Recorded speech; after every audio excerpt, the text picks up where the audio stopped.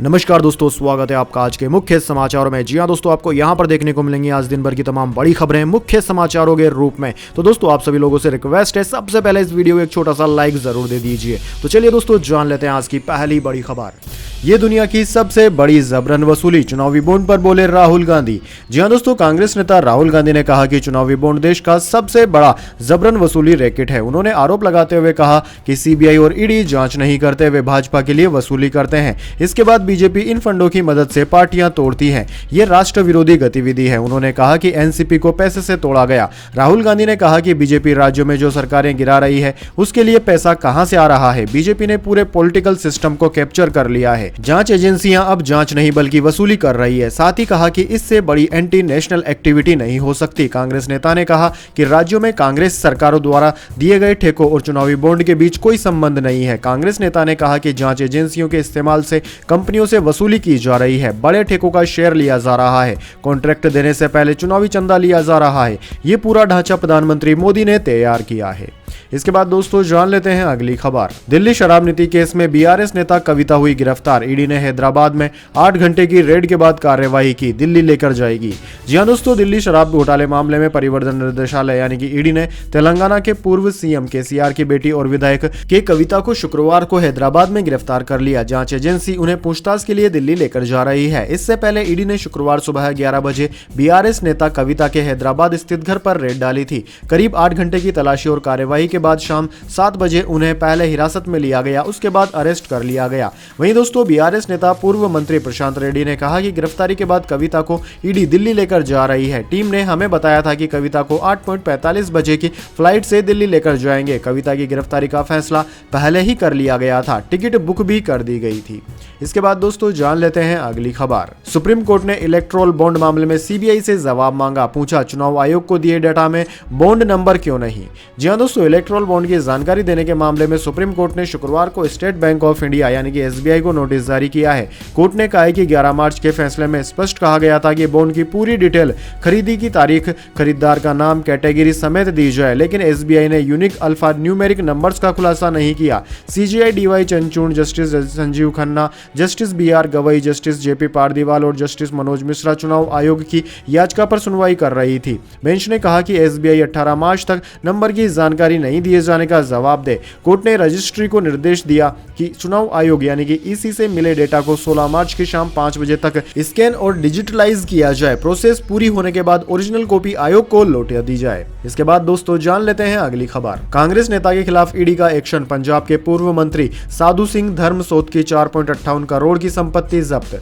जी हां दोस्तों, पंजाब के जालंधर में परिवर्तन निदेशालय यानी कि ईडी ने कांग्रेस नेता और राज्य के पूर्व कैबिनेट मंत्री साधु सिंह धर्मसोत सहित उनके बेटे के खिलाफ बड़ी कार्यवाही की है। ईडी ने पूर्व मंत्री और उनके पुत्र की 4.58 करोड़ रुपए की संपत्ति को जब्त कर लिया है। परिवर्तन निर्देशालय ने कार्यवाही करते हुए धन शोधन निवारण अधिनियम पीएमएलए के प्रावधानों के तहत यह कार्यवाही की है। कांग्रेस सरकार के समय कांग्रेस नेता साधु सिंह धर्मसोत कैबिनेट मंत्री थे। धर्मसोत के खिलाफ परिवर्तन निर्देशालय मनी लॉन्ड्रिंग के मामले में जांच कर रही है। इसके बाद दोस्तों जान लेते हैं अगली खबर। नीतीश कैबिनेट का विस्तार, 21 मंत्रियों ने शपथ ली। बीजेपी से 12, जेडीयू से 9 मंत्री, जेडीयू के रिपीट, भाजपा के आधे नए चेहरे।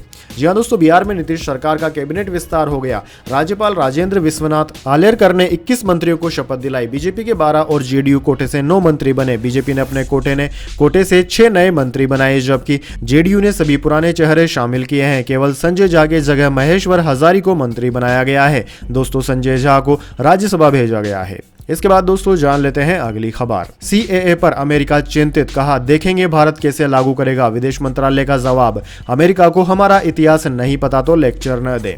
जी हां दोस्तों, नागरिकता संशोधन कानून यानी कि सीएए पर अमेरिका के बयान को लेकर भारत का जवाब सामने आया है। भारत के विदेश मंत्रालय के प्रवक्ता रणधीर जायसवाल ने कहा कि नागरिकता संशोधन अधिनियम 2019 भारत का आंतरिक मामला है और इस पर अमेरिका का बयान गलत है। विदेश मंत्रालय ने आगे कहा कि जिन लोगों को भारत की परंपराओं और विभाजन के बाद के इतिहास की समझ नहीं है, उन्हें लेक्चर देने की कोशिश नहीं करनी चाहिए। भारत के सहयोगी देशों को इस कानून के पीछे भारत की सोच और इरादों का समर्थन करना चाहिए। इसके बाद दोस्तों जान लेते हैं अगली खबर। एक दिन जब बीजेपी सरकार बदलेगी तब कार्यवाही होगी, सीबीआई और ईडी पर बरसे राहुल गांधी, दी चेतावनी। जी हां दोस्तों, भारत जोड़ो न्याय यात्रा पर निकले कांग्रेस नेता राहुल गांधी ने देश की जांच एजेंसियों पर बड़ा हमला बोला है। राहुल गांधी ने जांच एजेंसियों के साथ साथ चुनाव आयोग पर भी निशाना साधा है। राहुल गांधी ने इन तीनों को चेतावनी देते हुए कहा कि एक दिन जब बीजेपी की सरकार बदलेगी तब कार्यवाही होगी और ऐसी कार्यवाही होगी कि दोबारा ऐसी गलती करने की हिम्मत नहीं हो पाएगी। इसके बाद दोस्तों जान लेते हैं अगली खबर। चुनाव आयुक्तों की नियुक्ति पर सुप्रीम कोर्ट का सवाल, सरकार से पूछा केस पेंडिंग था तो नियुक्तियां क्यों की, 21 मार्च तक जवाब मांगा। दरअसल दोस्तों सुप्रीम कोर्ट ने शुक्रवार को चुनाव आयुक्तों की नियुक्ति को रद्द करने से इनकार कर दिया। Association of democratic reforms ADR ने इसकी याचिका दायर की थी। इस पर सुनवाई करते हुए जस्टिस संजीव खन्ना, जस्टिस दीपांकर दत्ता और जस्टिस ऑगस्ट जॉर्ज मसीह की बेंच ने सरकार से कहा कि जब मामला कोर्ट में लंबित था तो नियुक्तियां क्यों की गई, सरकार को यह 21 मार्च को बताना होगा। गुरुवार शाम को केंद्र सरकार ने पूर्व आईएएस अफसर ज्ञानेश कुमार और सुखबीर संधू को चुनाव आयुक्त नियुक्त किया था। एडीआर के अलावा मध्य प्रदेश की कांग्रेस नेता जया ठाकुर ने भी मामले में एक याचिका दायर की थी। इसके बाद दोस्तों जान लेते हैं अगली खबर। गुजरात हाईकोर्ट ने दुष्कर्म के दोषी आसाराम को दी राहत, याचिका पर सुनवाई को कोर्ट हुआ तैयार। जी हां दोस्तों, गुजरात हाईकोर्ट ने दुष्कर्म के दोषी कथावाचक आसाराम को राहत दी है। दरअसल दोस्तों साल 2013 के दुष्कर्म केस में आसाराम की दोष सिद्धि के खिलाफ उनकी बढ़ती उम्र को ध्यान में रखते हुए अपील पर सुनवाई होगी। वह लगभग एक दशक से जेल में बंद है। ऐसे में उनकी अपील पर 4 अप्रैल से सुनवाई शुरू करने का कोर्ट ने फैसला किया है। न्यायमूर्ति एएस सुपेहिया और न्यायमूर्ति विमल व्यास की खंडपीठ आसाराम की जेल की सजा को निलंबित करने की याचिका पर सुनवाई कर रही थी।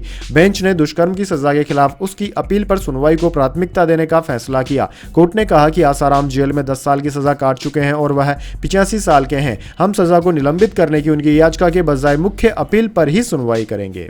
इसके बाद दोस्तों जान लेते हैं अगली खबर। अमिताभ बच्चन की एंजियोप्लास्टी हुई, पैर में खून का थक्का था, इलाज समय पर नहीं होता तो हार्ट अटैक की आशंका थी। जी हां दोस्तों, बॉलीवुड सुपरस्टार अमिताभ बच्चन की एंजियोप्लास्टी हुई है। उनके पैर में खून का थक्का जम गया था। मेडिकल एक्सपर्ट्स का कहना है कि अगर उनका इलाज समय पर नहीं होता तो हार्ट अटैक पड़ने की आशंका बढ़ जाती। हालांकि अभी यह पता नहीं चला है कि किस पैर की सर्जरी हुई है। दोस्तों आपको बता दें, 81 साल के बिग बी को शुक्रवार सुबह 6 बजे सांस लेने की शिकायत पर मुंबई के कोकिलाबेन अस्पताल में भर्ती कराया गया था। 8 बजे उनकी सर्जरी हुई। सुबह करीब 11:30 बजे उन्हें हॉस्पिटल के 16वें मंजिल के एक कमरे में ऑब्जर्वेशन में रखा गया है। इसी बीच बिग बी ने सोशल मीडिया एक्स पर दोपहर 12 बजे एक पोस्ट किया। उन्होंने लिखा कि आपका हमेशा आभार। उनके इस ट्वीट से कयास लगाए जा रहे हैं कि उन्होंने सर्जरी के बाद शुभचिंतकों का आभार जताया है।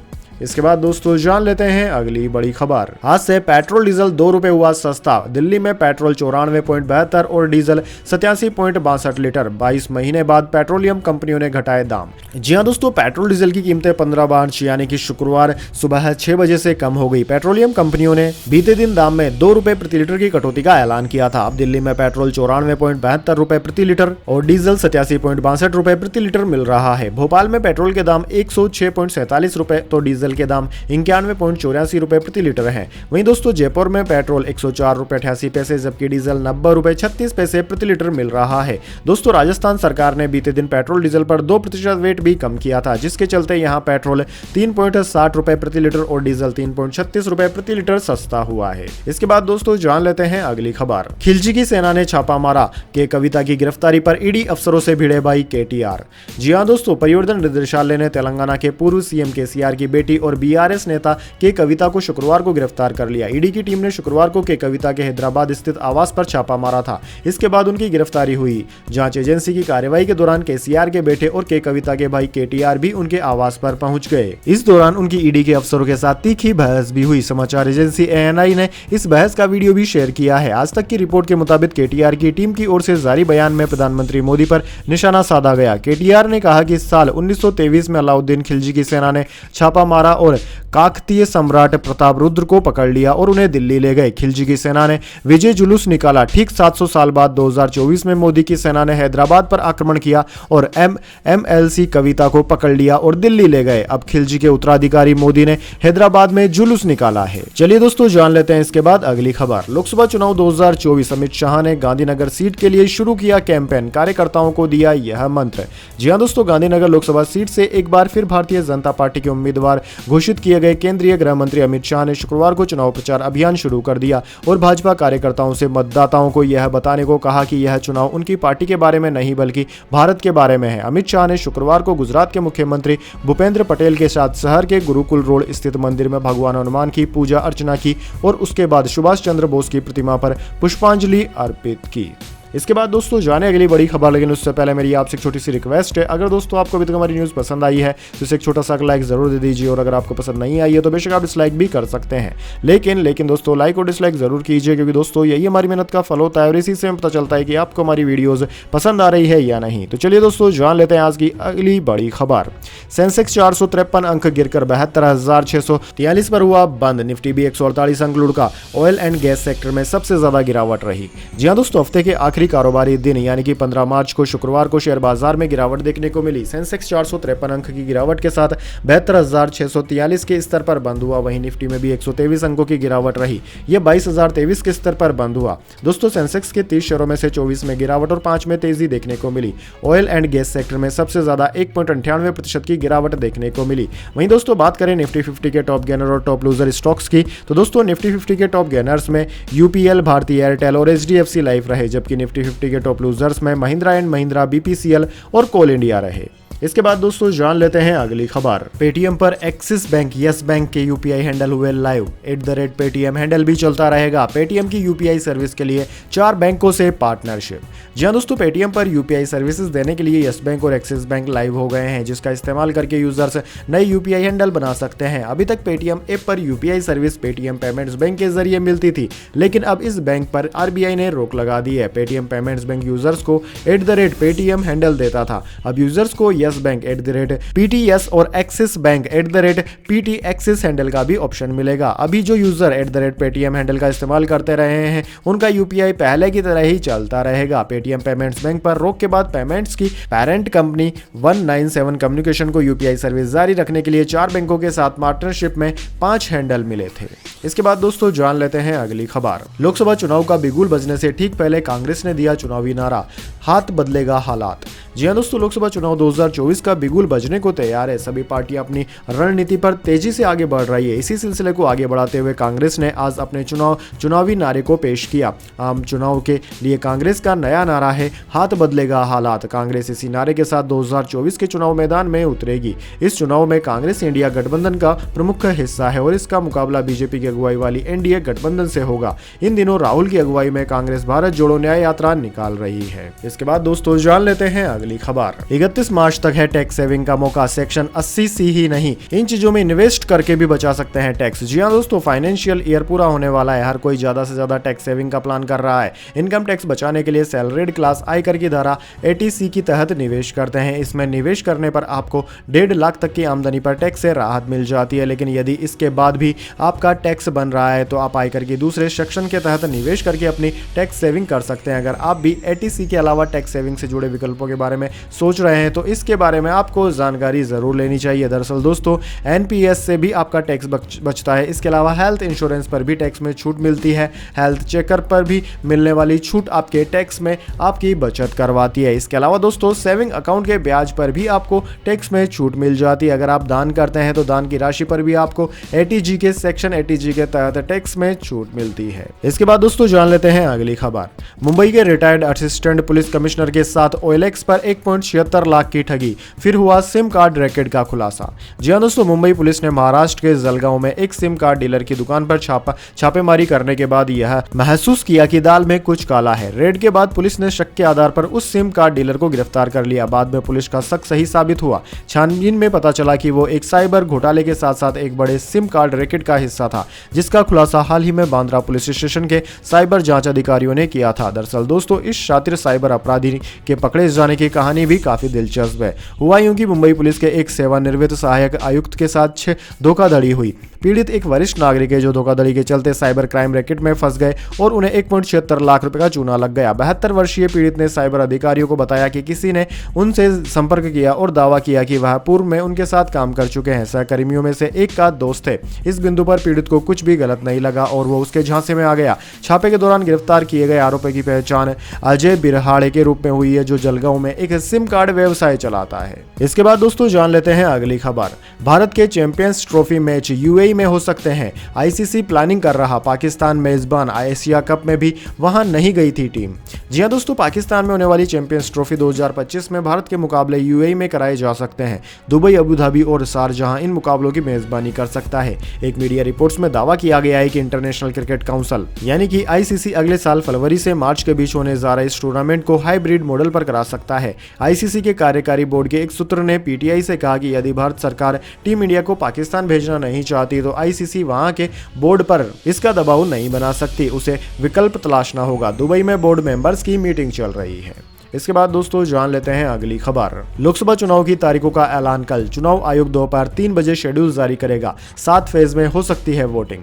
जी हां दोस्तों, आम चुनाव 2024 और राज्य विधानसभाओं के कार्यक्रम की घोषणा करने के लिए चुनाव आयोग शनिवार 16 मार्च को प्रेस कॉन्फ्रेंस करेगा। यह नई दिल्ली के विज्ञान भवन में दोपहर 3 बजे से होगी। इसे चुनाव आयोग के सोशल मीडिया प्लेटफॉर्म पर लाइव स्ट्रीम किया जाएगा। दोस्तों कयास लगाए जा रहे हैं कि 543 सीटों के लिए 2024 के लोकसभा चुनाव 7 से 8 फेज में हो सकते हैं। इसके साथ ही ओडिशा, सिक्किम, अरुणाचल प्रदेश और आंध्र प्रदेश में विधानसभा चुनाव की तारीखों का ऐलान भी होगा। इसके साथ ही पूरे देश में आचार संहिता भी लागू हो जाएगी। इसके बाद दोस्तों जान लेते हैं अगली खबर। सरकार ने नई ईवी पॉलिसी को मंजूरी दी। ऑटो कंपनियों को कम से कम 4150 करोड़ निवेश करना होगा। टेस्ला की भारत में एंट्री हुई आसान। जी हां दोस्तों, केंद्र सरकार ने भारत को इलेक्ट्रिक व्हीकल्स की मैन्युफैक्चरिंग का हब बनाने के लिए अपनी नई ईवी पॉलिसी को मंजूरी दे दी है। इस नई पॉलिसी में कंपनियों को कम से कम 4150 करोड़ रुपए निवेश करना होगा और अधिकतम निवेश पर कोई सीमा नहीं है। पॉलिसी के अनुसार कंपनियों को 3 साल के अंदर भारत में अपनी मैन्युफैक्चरिंग और ईवी का कमर्शियल प्रोडक्शन शुरू करना होगा। इस संबंध में ministry of commerce and industry MOCI की ओर से 15 मार्च को नोटिफिकेशन जारी कर दिया गया। नई पॉलिसी से लंबे समय से भारत में आने का रास्ता तलाश रही अमेरिकी बिजनेसमैन एलन मस्क की ईवी कंपनी टेस्ला के लिए भारत में एंट्री आसान हो गई है। इसके बाद दोस्तों जान लेते हैं अगली खबर। दोबारा समुद्र में गोते लगाने के लिए तैयार हो रहा है टाइटैनिक। फुल एंजॉयमेंट के लिए होगी यह सुविधा। जी हां दोस्तों, करीब 112 साल पहले आइसबर्ग से टकराने के कारण अटलांटिक महासागर में डूबे टाइटैनिक को लेकर आज भी तमाम रहस्य जस के तस बने हुए हैं। उस घटना को भले ही 1 दशक के ऊपर हो गया हो, मगर देश दुनिया में लोगों की एक बड़ी आबादी ऐसी है जो आज भी यही चाहती है कि उन रहस्यों से पर्दा हटे और उन्हें बताया जाए कि 14 अप्रैल 1912 को आखिर ऐसा क्या हुआ जिसके बाद 1517 लोगों को अपनी जान से हाथ धोना पड़ा। टाइटैनिक आज भी भले ही दुनिया के लिए एक अनसुलझी पहेली हो, लेकिन तमाम लोग ऐसे हैं जिनका मानना है कि अगर टाइटैनिक जैसा कोई जहाज दोबारा बनाया जाए तो उस पर सवार होकर वे रोमांच का अनुभव जरूर करेंगे। ऐसे लोगों का सपना अब साकार होने ही वाला है। दरअसल ऑस्ट्रेलिया के एक अरबपति ने टाइटैनिक की प्रतिकृति बनाने की अपनी योजना को फिर से शुरू कर दिया है। ऑस्ट्रेलिया के खनन दिग्गज क्लाइव पामर ने लोगों से वादा किया है कि वे नया टाइटैनिक जहाज अपने मूल से कहीं अधिक बेहतर होगा। ऑस्ट्रेलिया के पामर ने पहली बार 2012 में टाइटैनिक 2 की योजना शुरू की थी। 2018 में दूसरा प्रयास कोविड के कारण विफल हो गया था। तो दोस्तों यह थी आज की तमाम बड़ी खबरें। इसके बाद दोस्तों बारी आती है आज के माइंड क्यूज क्वेश्चन की। जी हां दोस्तों, एक आसान से सवाल का जवाब देकर आप जीत सकते हैं एक सरप्राइज गिफ्ट हमारे यूट्यूब चैनल की ओर से। तो दोस्तों आज का सवाल आपकी स्क्रीन पर आ चुका है। वर्तमान सुप्रीम कोर्ट के मुख्य न्यायाधीश का नाम क्या है? जी हां दोस्तों, अगर आप जानते हैं वर्तमान में भारत के मुख्य न्यायाधीश जो कि सुप्रीम कोर्ट के मुख्य न्यायाधीश हैं, उनका नाम क्या है? तो जल्दी से अपना उत्तर कमेंट बॉक्स में लिख दीजिए। अगर दोस्तों आपका जवाब होता है एकदम सही और आप चुने जाते हैं लकी विजेता के रूप में, तो आपको मिल सकता है एक सरप्राइज गिफ्ट हमारे यूट्यूब चैनल की ओर से। तो दोस्तों जल्दी से अपना उत्तर कमेंट बॉक्स में लिख दीजिए, वीडियो को लाइक कर लीजिए और चैनल को सब्सक्राइब करके बेल आइकन भी दबा लीजिए। धन्यवाद। वंदे मातरम। जय हिंद, जय भारत।